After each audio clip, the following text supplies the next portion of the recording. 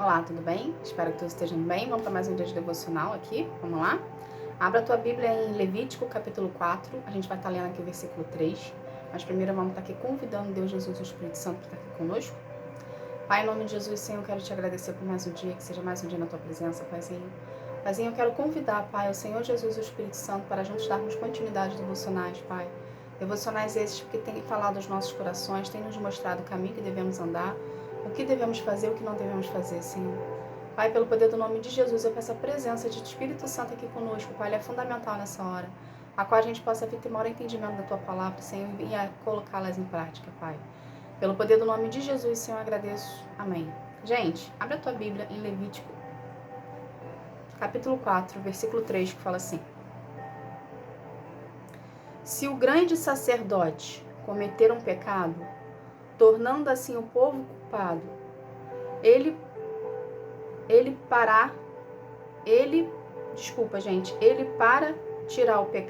para tirar o pecado, oferecerá a Deus o Senhor um touro novo sem defeito.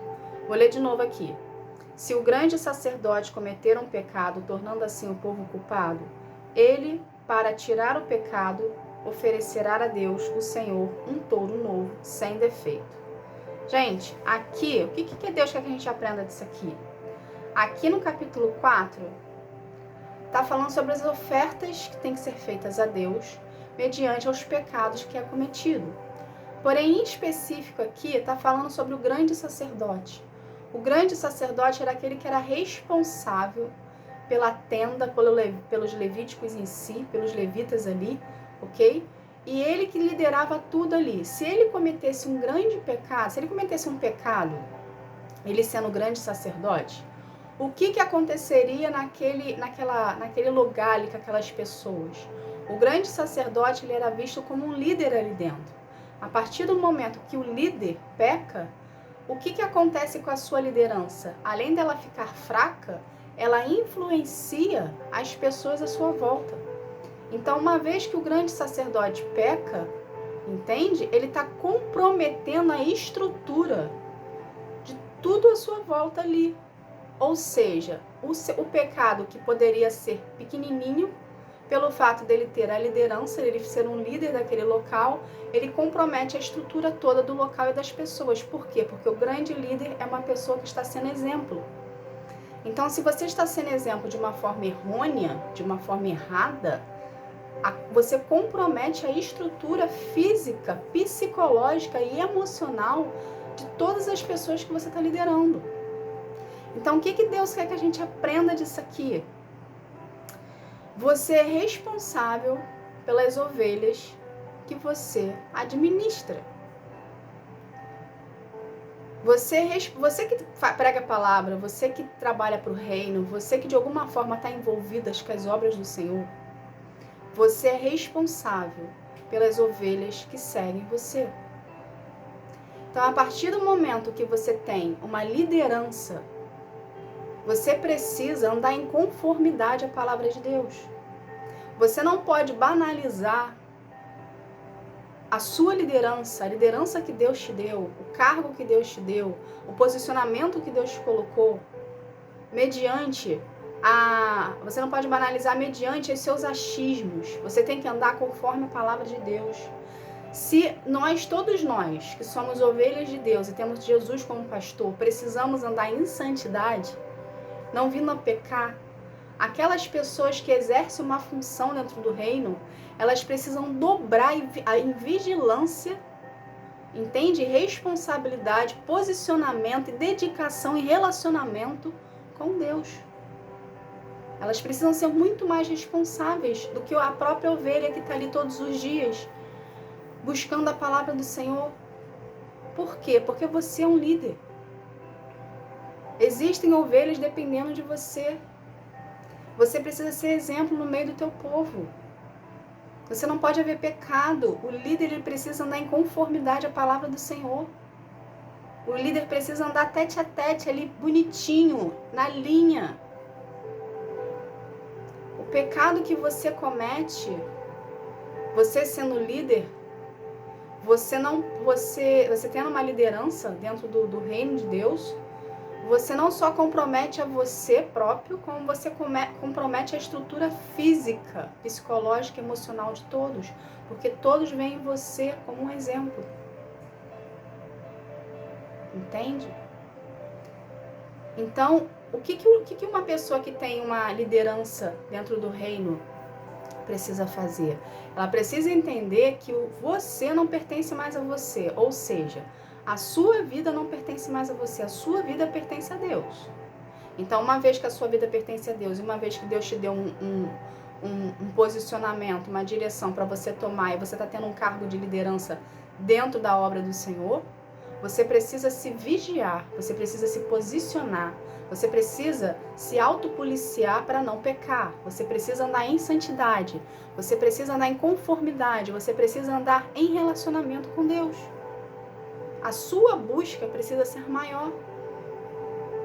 Entende?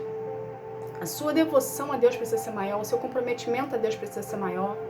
Você precisa procurar mais a Deus, estar mais na presença dEle, fazer dEle a sua prioridade. Porque existem pessoas que você está liderando. E essas pessoas estão acreditando na palavra que você está falando. E uma vez que você fale algo que não condiz com a palavra do Senhor, você vai ser cobrado por isso. Porém, você compromete a estrutura emocional e física de uma pessoa. Então você precisa entender que você está lidando com vidas. Você não está lidando com peças no tabuleiro, você está lidando com vidas. E vidas têm sentimentos. Entende? Então é necessário que você haja esse comprometimento teu em querer se aprofundar em conhecimento da palavra do Senhor, em querer buscar mais a presença do Senhor e ter um relacionamento com Ele, para poder vir a passar para as pessoas, para as ovelhas que você lidera, para poder elas andarem em conformidade à palavra. Precisa haver comprometimento, gente. O seu pecado, ele padece o seu rebanho. Entende? Você líder, você que tem uma liderança, o seu pecado, ele padece todo o seu rebanho. Então se arrependa dos seus pecados. Vigie o seu posicionamento, a sua vida, a sua conduta. Ande em conformidade à presença de Deus, à palavra de Deus. Ande em santidade. Busque relacionamento. Aprofunda-se na palavra em conhecimento. Busque a presença do Senhor. Priorize o Senhor. Você foi levantado, você foi chamado para liderar. Um líder precisa estar saudável.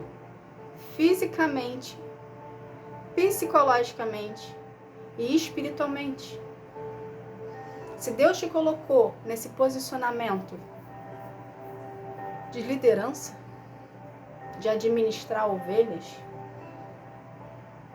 é porque você tem capacidade para isso. Mas é necessário ter um comprometimento teu perante a Deus, perante ao reino. É necessário que você seja verdadeiro.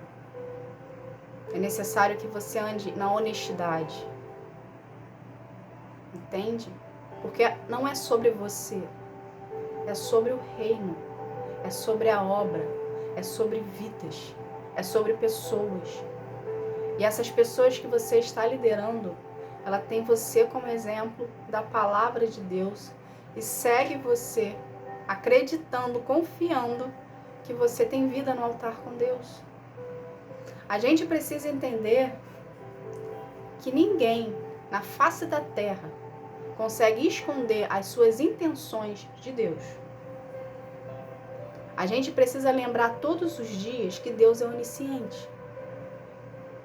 Ou seja, Ele sabe a intenção do seu coração. Ele sabe que você vai pecar antes de você cometer o pecado. Porque Ele sabe o que você está pensando.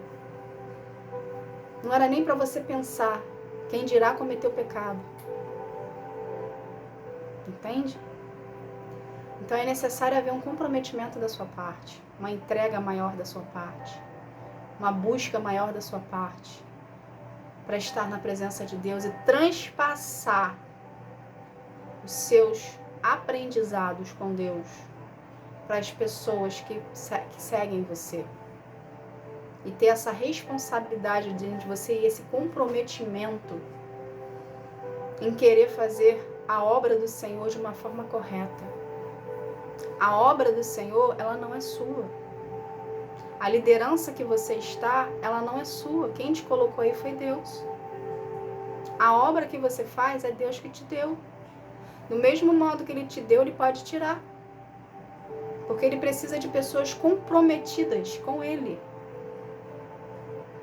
Entende? Não é comprometida com o cargo, não é comprometida com a liderança que foi dada, é comprometida com Ele. Então é necessário haver um relacionamento, é necessário haver um aprofundamento, é necessário ser verdadeiro com Deus, é necessário ser verdadeiro consigo mesmo, é necessário procurar a correção dos seus pecados em Deus.